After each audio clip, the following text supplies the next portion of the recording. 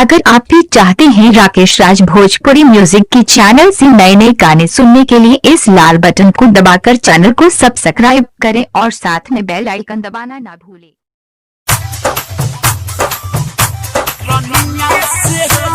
अभी आप लोग सुन रहे हैं RRB म्यूजिक भोजपुरी हिट की शानदार प्रस्तुति।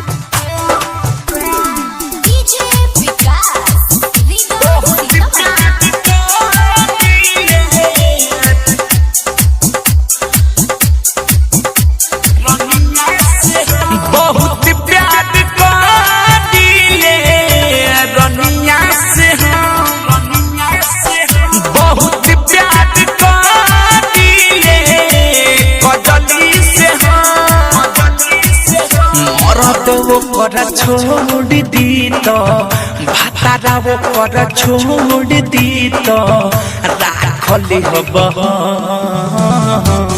बहुत प्यार दिले रनिया से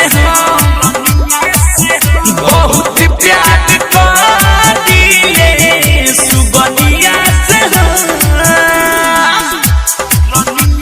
अभी आप लोग सुन रहे हैं RRB म्यूजिक भोजपुरी हिट की शानदार प्रस्तुति। Diamond recording studio छौड़ादाना।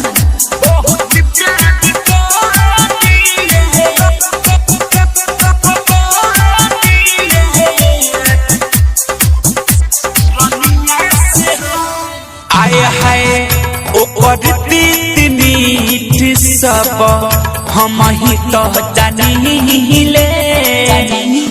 आए हाय ओकर मीठ सब हम ही तो जानीले। जनबो से ज्यादा वो के हम तो मानीले। साथ जिए मोहरे खातिर साथ जिए मोहरे खातिर खैनी कसम बहुत प्यार दिले रनिया से बहुत प्यार दिले सुगनिया से।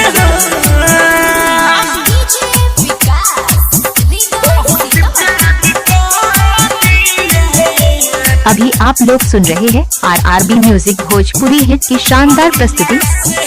अजय चंदी सबर के तनको न डर बा। हाँ हाँ अजय चंदी सबर के करो न डर बा। हमारे संगे पढ़ के तो भइले लमहर बा। अल बेला यशोक रीति अल बेला यशोक रीति जानले न बहुत प्यार दिले रनिया से बहुत प्यार दिले कजली से। मरद वो कर छोड़ दी तो भातारा वो कर छोड़ दी तो राखली हब बहुत प्यार दिले रनिया से बहुत प्यार दिले सुगनिया से। Diamond recording studio छौड़ादाना।